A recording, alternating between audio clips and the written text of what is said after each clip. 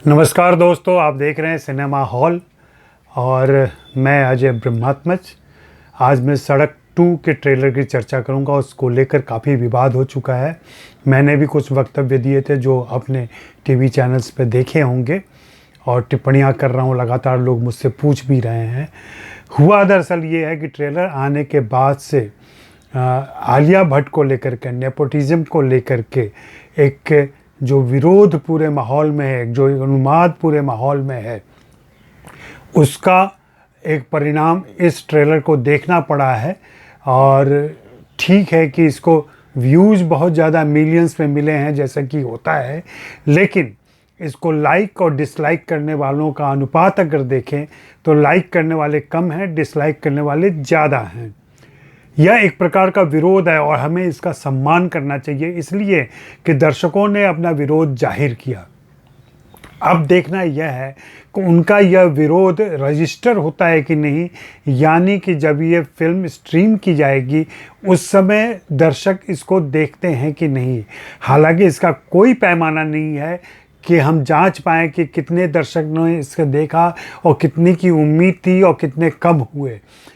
इसलिए यह सब कुछ अनुमान का ही खेल होगा और कुछ लोग खुश हो सकते हैं कि उन्होंने डिसलाइक किया, इसकी वजह से इसको शायद कम दर्शक मिले होंगे, लेकिन वह भी एक शायद में ही रहेगा। इसलिए मैं फिल्म पर बात करना चाहूँगा। फिल्म यह आलिया भट्ट की है, इसे महेश भट्ट ने निर्देशित किया है और हम सभी जानते हैं कि महेश भट्ट अपने आप में फिल्म इंडस्ट्री के राम गोपाल वर्मा और महेश भट्ट दो ऐसे शख्स रहे हैं जिन्होंने हमेशा नई प्रतिभाओं को मौका दिया है। महेश भट्ट के खेमे में तो हम कह सकते हैं कि अनुपम खेर हैं, मनोज बाजपेयी हैं, आशुतोष राणा हैं, ऐसे अनेक कलाकार हैं जिनको उन्होंने पहली बार बेहतरीन मौका दिया। ऐसे कितने सारे निर्देशक हैं, कितने सारे गायक हैं, संगीतकार हैं, गीतकार हैं जिनको उन्होंने मौका दिया है, लेखकों को मौका दिया है। नीलेश मिश्रा ने सबसे पहले उन्हीं के लिए गीत लिखा था। तो यह कहना कि नेपोटिज्म महेश भट्ट के यहाँ लागू होता है, मैं इस बात को कतई मानने को तैयार नहीं हूँ। यह एक बेटी को उनका प्यार है और बेटी की अपनी इच्छा थी कि उसके पिता, जो कि एक मशहूर निर्देशक रहे हैं, वे उसे निर्देशित करें। हम सभी जानते हैं कि महेश भट्ट ने निर्देशन बंद कर दिया है और उन्होंने घोषणा कर दी थी कि मैंने बूट टांग दिया है, अब मैं निर्देशन में नहीं आऊँगा। हालांकि वे क्रिएटिव डायरेक्टर हमेशा रहे हैं अपनी फिल्मों के और उनकी फिल्में उन्हीं की सोच से बनती हैं। भले वो निर्देशक की कुर्सी पर वे नहीं बैठते हैं, लेकिन निर्देशक की कुर्सी के ऊपर या बैक सीट ड्राइविंग उनकी चलती रहती है और हमेशा उनकी फिल्मों में उनकी छाप दिखाई पड़ती है, खास करके संगीत, कहानी, इमोशन और कुछ खास सीन। तो मैं तो इसलिए इस फिल्म को देखना चाहूँगा कि यहाँ महेश भट्ट और आलिया भट्ट हैं।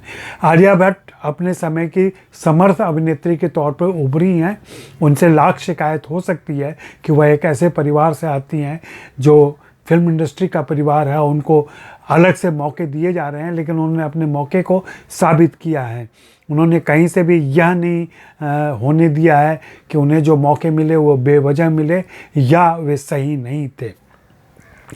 इसके अलावा इस फिल्म में चूँकि सड़क का सीक्वल के तौर पे इसे पेश किया गया है, तो सड़क 2 को देखना इसलिए भी वाजिब होगा कि यहाँ पूजा भट्ट और संजय दत्त की जो पिछली फिल्म थी, जहाँ पे सदाशिव अमलापुरकर ने महारानी की भूमिका निभाई थी और ख़ास भूमिका थी, बहुत ही महत्वपूर्ण भूमिका थी वो, उसकी वजह से अब ये देखना है कि ये जो नया विलेन है, जो बाबा के तौर पर आता है, धर्मगुरु के तौर पर आता है, वो किस तरीके की भूमिका में है और उसके साथ क्या होता है।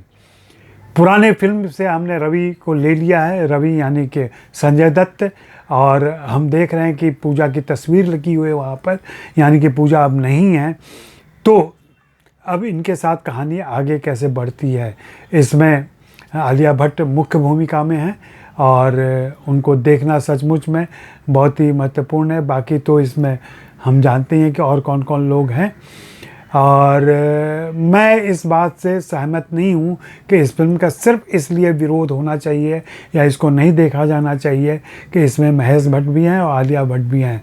हाँ, महेश भट्ट अभी सुशांत सिंह के प्रसंग में उलझे हुए हैं या उन्हें उलझा दिया गया है, लेकिन जितना व्यक्तिगत तौर पर मैं महेश भट्ट को जानता हूँ, उनका मुझे कोई ऐसा सीधा ताल्लुक़ नहीं दिखता है। हाँ, वे मेंटोर की भूमिका में रहते हैं, वे समझाते हैं, वो एक कह लें कि कंसल्टेशन देते हैं, कंसूल करते हैं फिल्म इंडस्ट्री के बहुत सारी आत्माओं को। और हो सकता है इसी संसर्ग में, इसी मेल मुलाकात में ऐसा कुछ हुआ हो।